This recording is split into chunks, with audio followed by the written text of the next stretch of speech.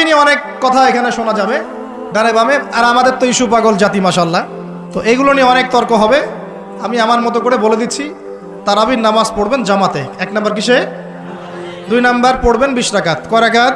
কেউ যদি বলে আমি কম পড়ি, বলবেন সমস্যা নাই, পড়েন, কোনো সমস্যা নাই। কেউ যদি বলে আমি আরো বেশি পড়ছি, পড়েন, কোনো সমস্যা নাই।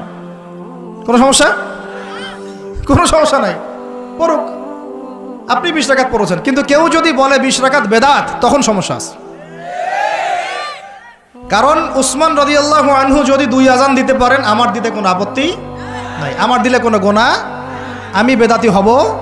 যদি আমি বেদাতি হয়ে যাই, তাহলে উসমান রাদিয়াল্লাহু আনহুকেও বেদাতি বলতে হবে, নাউজুবিল্লাহ।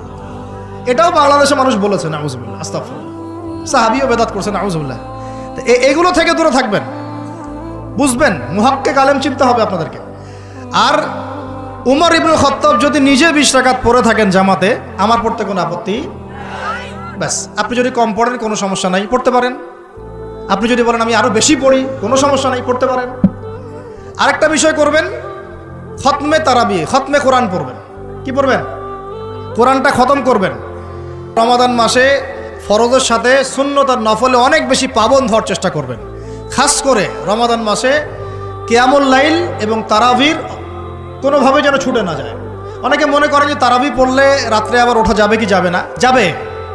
তারাবির নামাজ আপনি প্রথম রাত্রে পড়লে শেষ রাত্রে আবার নামাজ পড়তে পারবেন ইনশাআল্লাহ, কোনো সমস্যা নেই। বরং ওটা আরো ভালো।